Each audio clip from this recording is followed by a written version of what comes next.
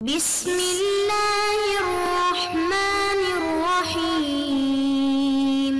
اعوذ باللہ من الشیطان اللعین الرجیم بسم اللہ الرحمن الرحیم وبہ نستعین وہو خیر ناصر ومعین الحمدللہ رب العالمین وصلی اللہ علی محمد وآلہ الطیبین الطاہرین۔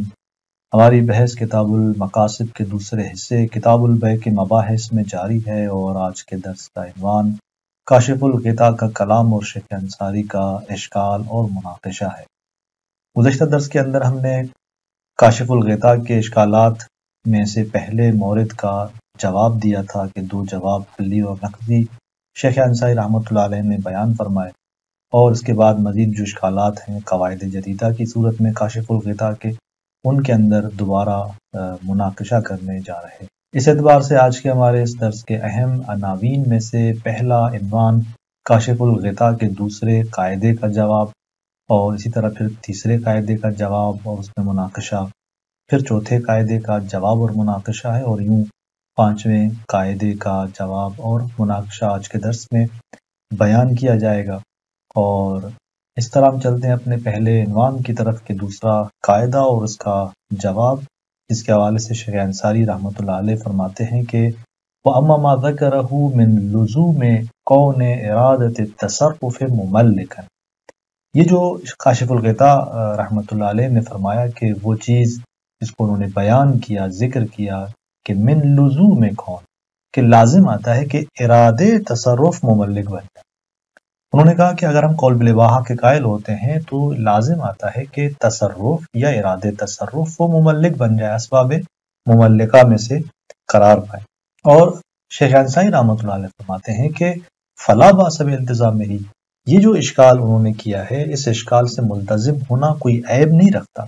یعنی اگر قواعد اور ضوابط کو دیکھا جائے تو نتیجہ یہی نکلتا ہے کہ اس اشکال سے ملتزم ہونے میں کوئی عیب نہیں ہے کہ ہم یہ کہیں کہ ارادے تصرف مملک ہے، اسے قبول کرنے میں کوئی مشکل پیش نہیں آتی، کیونکہ فرماتے ہیں کہ اذا مقتضى الجمع بین الاصل ودلیل جواز التصرف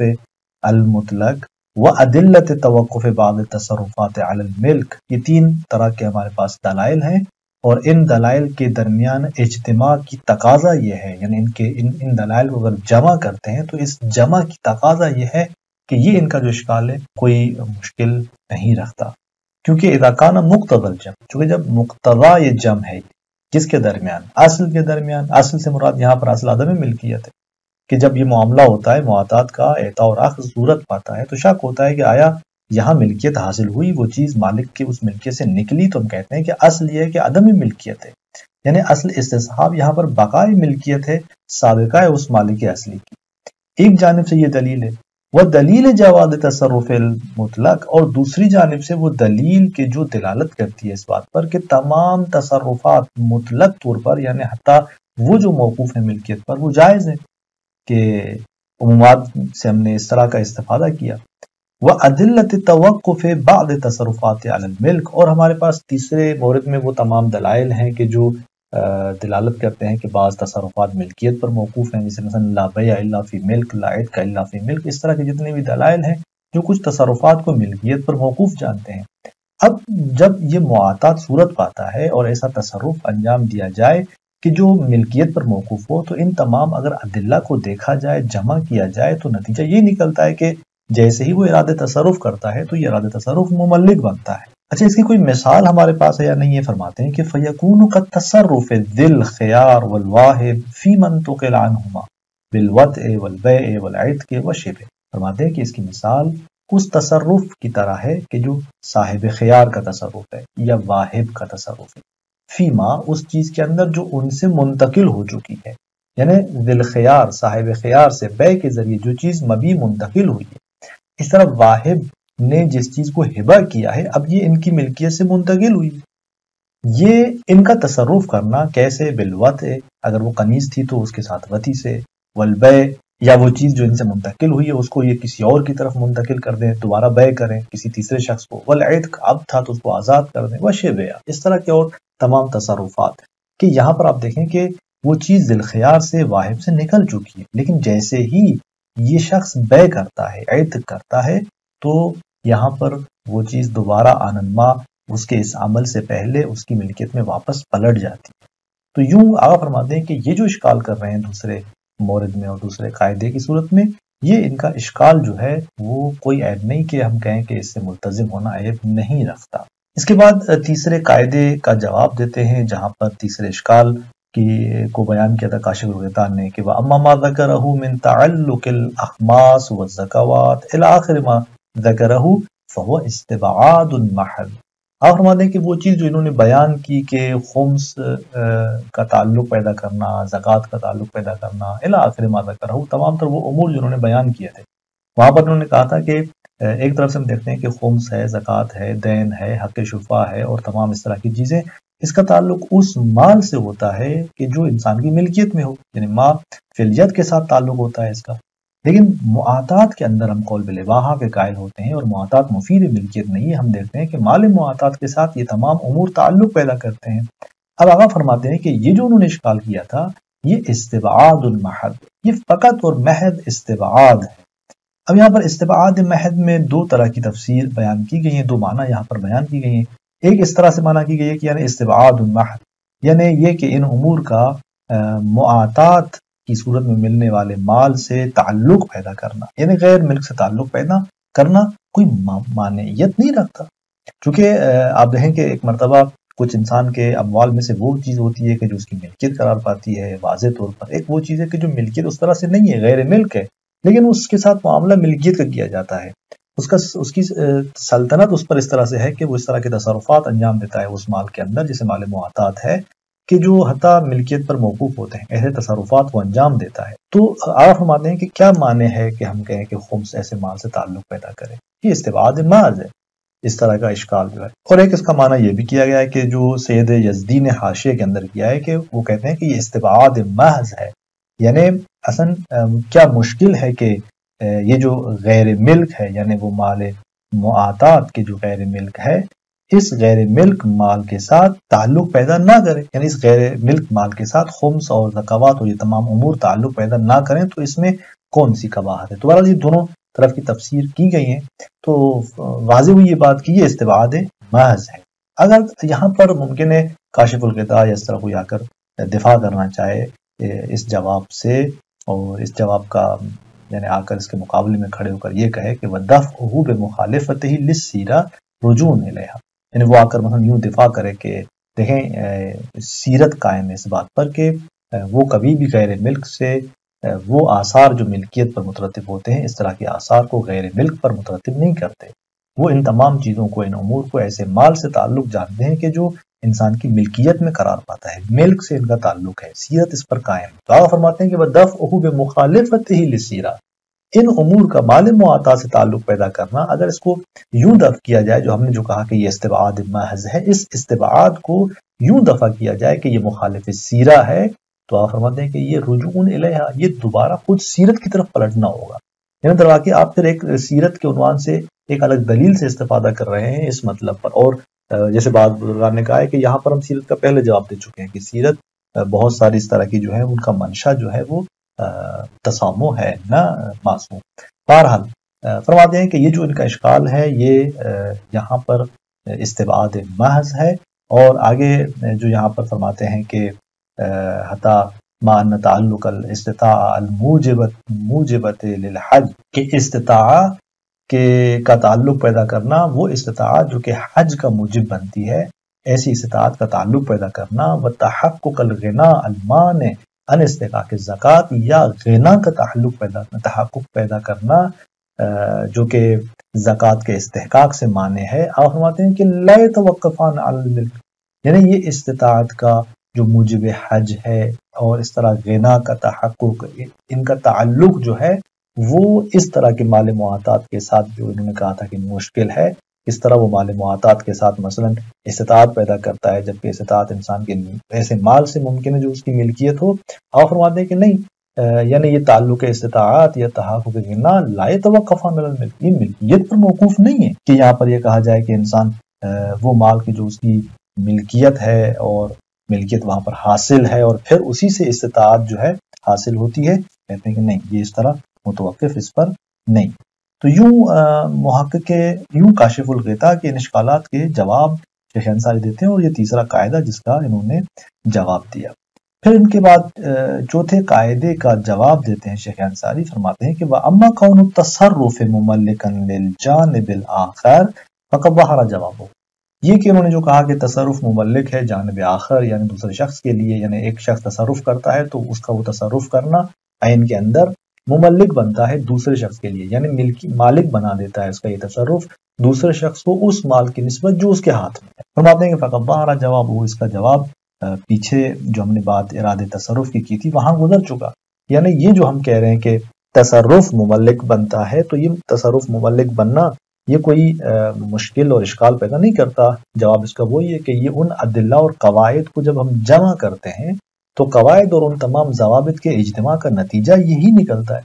کہ تصرف جو ہے وہ یہاں پر مملک ہے، اور اس تصرف سے وہ ملکیت جو ہے حادث ہوتی ہے آنندما پہلے۔ اس کے بعد پانچویں قاعدے کا جواب دیتے ہیں، اور یہاں پر یہ جو جواب دے رہے ہیں واقع دقیق مطلب ہے جس پر توجہ کرنے کی ضرورت ہے کہ ہم عبارت کے ساتھ ساتھ اس کو توضیحات اور تطبیق کرتے آگے بڑھتے ہیں تاکہ ہم بہتر انداز سے عبارت کو بھی سمجھ سکیں اور جو آگا یہاں پر جواب دینا چاہتے ہیں اس کو بھی ہم بہتر انداز سے سمجھ سکیں۔ تو فرماتے ہیں کہ وَأَمَّا كَوْنُ التَّلَفِ مُمَلِّكًا لِلْجَانِبَيْنِ، یہ جو انہوں نے وہاں پہ اشکال کیا تھا کہ تلف جو ہے وہ مملک بنتا ہے دونوں جانب سے، اور وہاں پر کہا تھا کہ یہ تلف جو کہ مملک بن رہا ہے یہاں پر زمان جو حاصل ہونا چاہیے وہ زمان مثل حاصل ہونا چاہیے، جبکہ یہاں پہ زمان المسمى جو ہے وہ بیان کیا جاتا ہے، یعنی یہ تلف معین کرتا ہے زمان مسمى کو۔ تو اس مطلب کا جواب دیتے ہیں آغا، فرماتے ہیں کہ یہ جو تلف مملک ہے دونوں جانبین سے، فَإِن ثَبَتَ بِإِجْمَاعٍ،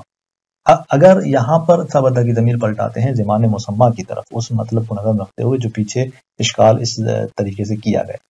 فرماتے ہیں کہ فَإِن ثَبَتَ بِإِجْمَاعٍ، اگر وہ زمان مسمى اجماع سے ثابت ہے، او سیرت یا سیرت سے، کما ہوا ظاہر، پھر آپ فرماتے ہیں جیسے کہ ایسے ہی ہے، یعنی اجماع اور سیرہ ہی ہے جو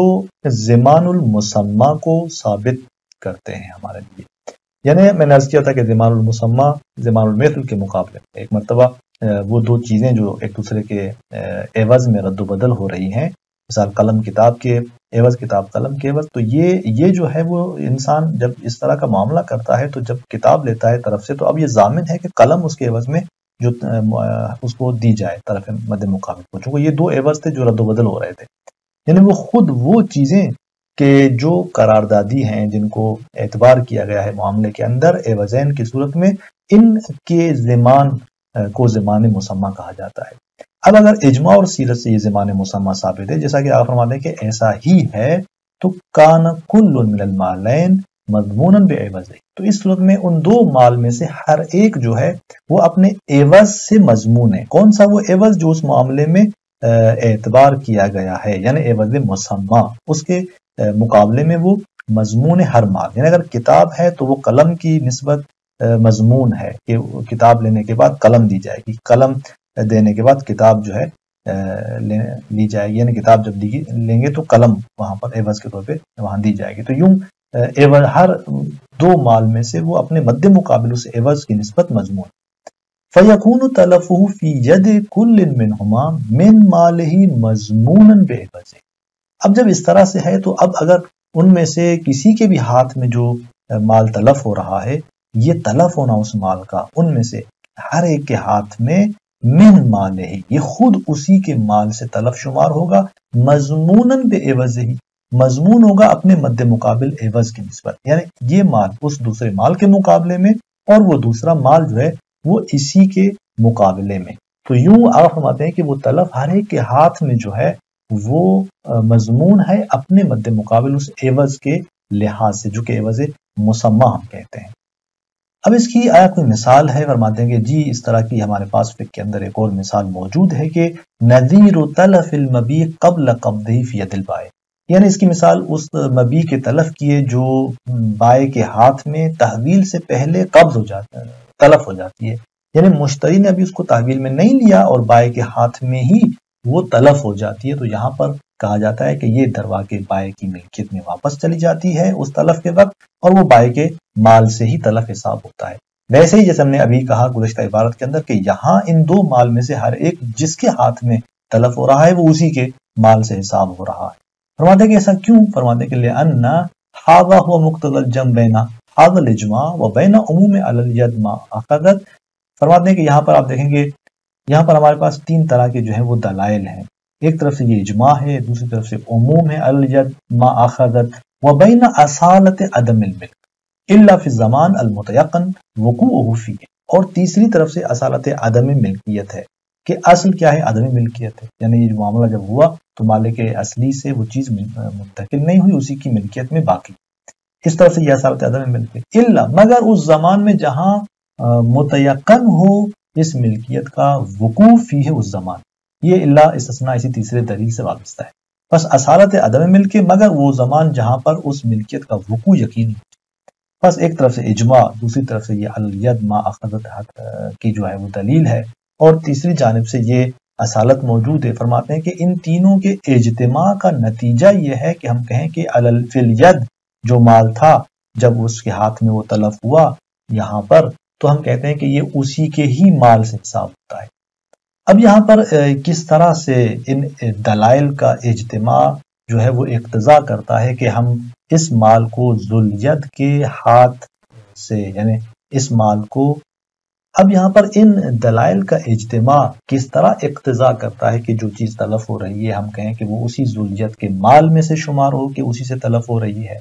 اور یہاں پر جو زمان ہے وہ زمان مسمى ہے، یعنی وہ تلف ہونے والی چیز مضمون اپنے ہی اسی عوض کے مد مقابل کہ جو اسی معاملے میں عوض معین کیا گیا تھا اور جس کو اعتبار کیا گیا تھا۔ تو پس زمان مسمى ہے، اور جو چیز تلف ہو رہی ہے وہ ذوالید کے ہاتھ میں خود اس ذوالید کی ملکیت میں قرار پا کر تلف ہو رہی ہے، جس کی مثال جیسے وہی مبی والی تھی کہ قبض سے پہلے اگر مبی تلف ہوتی ہے تو بائے کے مال میں سے شمار ہوتی ہے، اور ید بائے میں وہ اسی کے مال سے تلف ہو رہی ہوتی ہے۔ تو یہاں پر آپ فرماتے ہیں کہ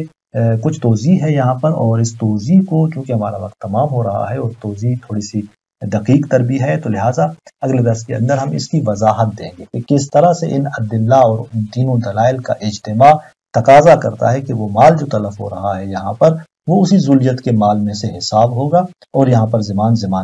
مسمى ہے، تاکہ ہم کہیں کہ وہ جو کاشف الغیطان نے اشکال کی صورت میں ایک قاعدے کو جدیدہ کو بیان کیا تھا وہ اشکال یہاں پر مترتب نہیں ہوتا۔ والسلام علیکم ورحمۃ اللہ وبرکاتہ۔